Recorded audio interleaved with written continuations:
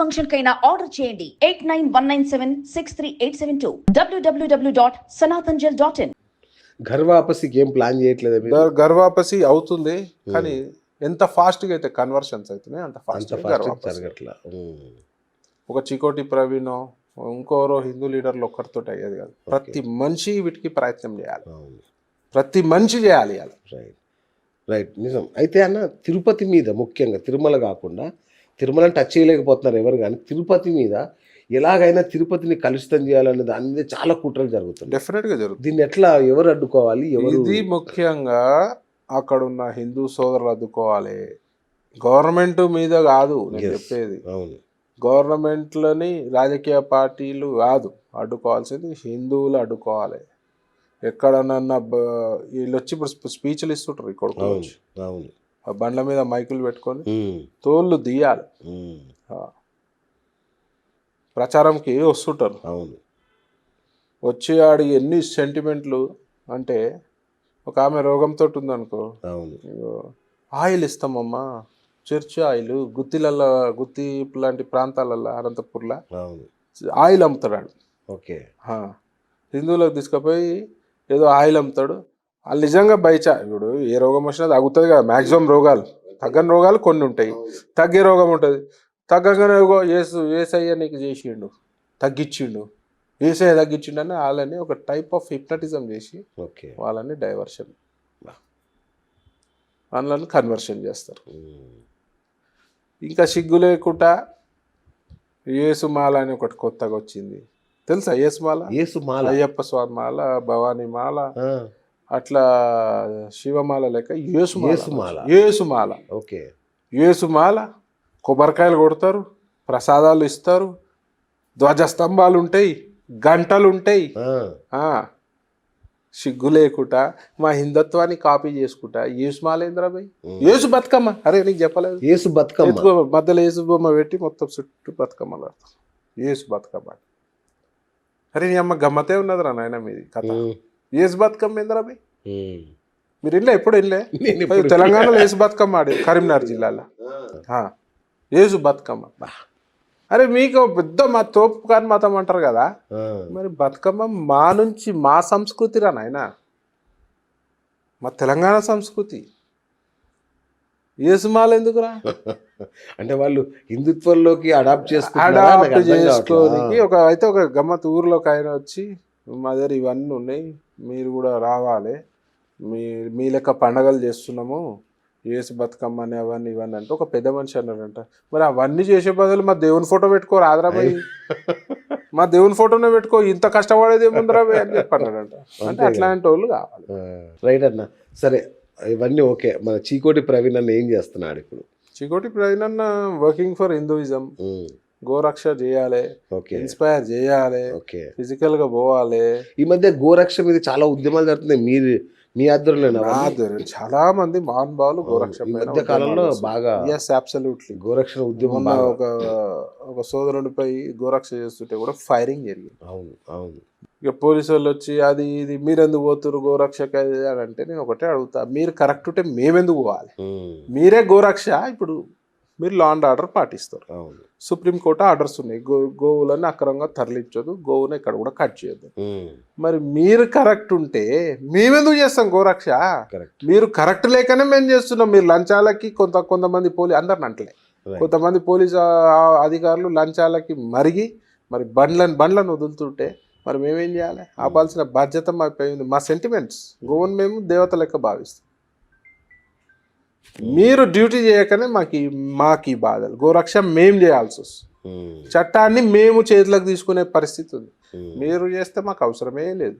మీరు ఇప్పటికైనా హిందూ పుట్టుక పుట్టిరు కాబట్టి గోరక్ష చేయాలి ఒక సెంటిమెంట్గా. ఒకవేళ మీకు సెంటిమెంట్ లేకపోతే ప్రాపర్గా మీ జాబ్ సుప్రీంకోర్టు ఆర్డర్స్ ఫాలో కావాలని మరి చేస్తాం. రైట్. బీజేపీలో ఉన్నారన్న? ఎస్, అబ్సల్యూట్లీ ఉన్నారా? అబ్సల్యూట్లీ. అప్పుడు ఏదో కొంచెం గొడవ ఉండే కదా. Very long time starting. అది అయిపోయి హ్యాపీగా I'm working for party. Super. రాను రోజులలో చూడండి విల్ డూ సమ్ మిరాకిల్స్. మొన్న జూబ్లీస్ ఎలక్షన్లో కనబడలేదన్న ఎక్కడ? నేను వెళ్ళినా ర్యాలీస్లో వీటిలో పార్టిసిపేట్ చేశాను. అచ్చా. ఏంటి మీ ఆ ఓటమి మీద మీ కామెంట్ ఏంటి? ఓటమి చెప్పినా కదా ఆల్రెడీ, నేను వీడియో పెట్టినా. ఆ, ఆ ఓటమి కాంగ్రెస్ గెలుపు కాదు, మా ఓటమి కాంగ్రెస్ గెలుపు కాదు, అది ఓకే ఎంఐఎం గెలుపు. అది ఓకే ఇప్పుడు ఎంఐఎంకి 7 సీట్లు కాదు, నేను నా లెక్కల 8 సీట్లు ఉన్నట్టు. ఓకే జూబ్లీ ఇస్తా కలిపి. ఆ, ఓకే సిగ్గు లేకుండా కాంగ్రెస్ వాళ్ళు చెప్తారు కదా ఏమని, కాంగ్రెస్ పార్టీ ముస్లింల పార్టీ, ముస్లింలు ఉంటేనే కాంగ్రెస్ ఉంటుందని ఓపెన్గా అవును బహిరంగ సభలలో చెప్పారు. అవును మరి కాంగ్రెస్ పార్టీకి ఓటేసే హిందువులకి సిగ్గు లేదా అని అడుగుతున్నాను నేను. డైరెక్ట్ చెప్తున్నారు ఇది this is a Muslim party అని. ఓకే మరి కాంగ్రెస్ పార్టీకి ఓటేసిన హిందువులకు సిగ్గు లేదా అని అడుగుతున్నారు. సిగ్గు ఉంటే ఇంత ఓపెన్గా చెప్పినాక ఎందుకు ఓటేస్తుర్రు? ఒక గుడిపై దాడి జరిగితే కనిపించరు కాంగ్రెస్లో ఉన్న హిందువులు, మరి బొట్టు పెట్టుకుంటారు, నామినేషన్ పత్రాలు దేవుని దగ్గర పెడతారు, పూజలు చేస్తారు, గెలిచినాక తిరుపతి పోతారు, మంత్రి అయినాక శ్రీశైలం పోతారు, రోజు ఇండ్లలో పూజలు చేస్తారు, యజ్ఞాలు చేస్తారు, యాగాలు చేస్తారు. మరి అదే చేసినోడు అంత హిందుత్వంపై దేవుళ్ళపై భక్తి ఉన్నప్పుడు గుడిపై దాడి జరిగి గుడి విగ్రహంని తల నరికినప్పుడు ఏడికి వేరు మీరు అని అడుగుతున్నాను. మీకు సిగ్గు అనిపిస్తలేదా? రేషం లేదా? షీమునెత్తిరి లేదా? ఇవాళ ఒకడెవర రే అంటేనే మనకి ఇంత రేషం వస్తుంది. అట్లాంటివి మనము ఇంత నమ్ముతున్న దేవుడు తలక ఎన్ని సంఘటనలు జరిగినాయి కాంగ్రెస్ ప్రభుత్వం వచ్చినాక. గుళ్ళు లేపేస్తున్నారు. రామగుండం లాంటి ప్లేస్లలో దారి మైసమ్మ గుళ్ళని ఉంటాయి, చిన్న చిన్న అమ్మవారి గుళ్ళు, టక్క టక్క టక్క టక్క కొట్టి పడేసినారు.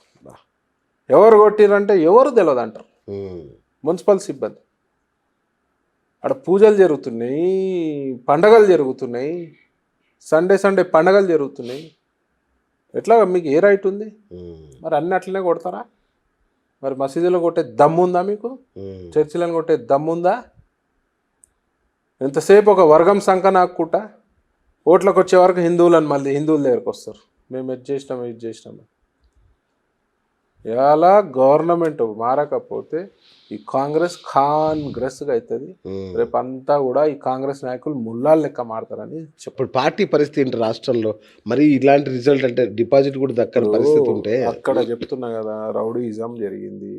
ఎంత మీ మనసుకు కూడా తెలుసు కదా, రిగ్గింగ్ ఎంత జరిగింది, దొంగోట్లు ఎన్ని ఉన్నాయి అని. ప్లస్ అన్నిటి మించి ఆడ ముస్లిం ఓట్ల సంఖ్య ఎక్కువ ఉంది, ఎంఐఎం ప్రభావం ఉంది. ముస్లింలు అనేది డైరెక్ట్ వన్ సైడ్ కాంగ్రెస్కి సపోర్ట్ చేశారు. డైరెక్ట్ సిగ్గు లేకుండా ఓవైసీ చెప్పిండుగా మేము ఇటే సపోర్ట్ చేస్తామని. వాడు గోడ మీద పిల్ల ఓవైసీ ఇన్ని రోజులు బీఆర్ఎస్ సంకల్ నాకిండు, బీఆర్ఎస్ సంకల్ నాకిరు 10 ఏళ్ళు నాకిండు. మొన్న సిగ్గు లేకుండా స్టేట్మెంట్ ఓవైసీ ఏమిస్తున్నాడు, జూబ్లీహిల్స్ బీఆర్ఎస్ హయాంలో డెవలప్ కాలేదు, అభివృద్ధి జరగలేదు. అభివృద్ధి జరగకపోతే 10 ఏళ్ళు ఎందుకు సంక నాకినావు నువ్వు వాళ్ళ పవర్లు ఉన్నప్పుడు? 2 ఏళ్ళకో 3 ఏళ్ళకో 4 ఏళ్ళకో 5 ఏళ్ళకో మరి కేటీఆర్ గల్లా పట్టుకొని అడగొచ్చు కదా, అరే జూబ్లీహిల్స్ ఎందుకు విస్మరిస్తున్నావు, జూబ్లీహిల్స్ అభివృద్ధి చేయరా బాబు అని చెప్పొచ్చు కదా. నీకు అంత ప్రేమ ఉంటే జూబ్లీహిల్స్లో ఉన్న మైనారిటీ సోదరులపై 10 ఏళ్ళు వాళ్ళ సంకలు నాకిండు. దునియా భూములు కబ్జా చేసారు, దేవాలయాలకు సంబంధించిన భూములు కబ్జా చేసారు. ఇవాళ వాళ్ళు గవర్నమెంట్ను దిగిపోగానే సిగ్గు లేకుండా గోడ మీద పిల్లి లెక్క మళ్ళీ వచ్చి కాంగ్రెస్ వైపు నిలబడ్డవే. సిగ్గు శరం ఉందా నీకు? సరే, ఇట్లా ఉంటే రాష్ట్రంలో అట్లీస్ట్ అధికారంలోకి రావాలనే ఆశ ఉంది బీజేపీలో. ఇది ఎట్లా, దీనికి అన్న వ్యూహం ఉందా? డెఫినెట్గా వ్యూహం ఉంటుంది. రాను రాను చాలా రకాల చేంజెస్ రాబోతున్నాయి రాజకీయాలలో. బీజేపీ వ్యూహం కూడా డిఫరెంట్గా ఉంటుంది.